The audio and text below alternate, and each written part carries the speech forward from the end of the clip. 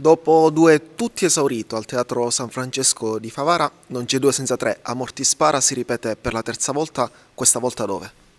Questa volta si ripete al Teatro Gospel presso la Chiesa Evangelica, è quello che vedete qua alle mie spalle, dove c'è questo bellissimo palcoscenico che avremo l'onore e il piacere di calcare giorno 30 marzo. Perché ripetere la commedia?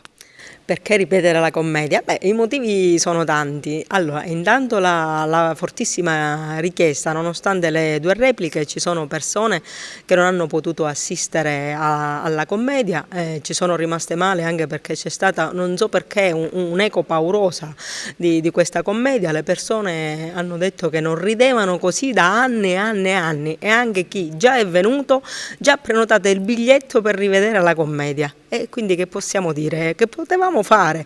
E abbiamo ripetuto, e quindi il giorno 30 andiamo in replica bis. Per chi non vuole perdere l'appuntamento, come può fare per il biglietto?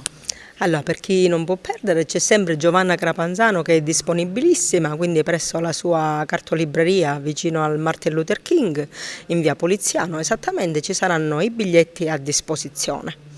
Poi volevo dire una cosa che ancora nessuno sa: durante la serata o a fine serata, ancora da decidere, verranno sorteggiati 4 bellissimi premi, e quindi questa è una chicca in più, quindi non solo a morti spara e a chi acchiappa acchiappa, ma anche a fortuna spara e acqua acchiappa acchiappa.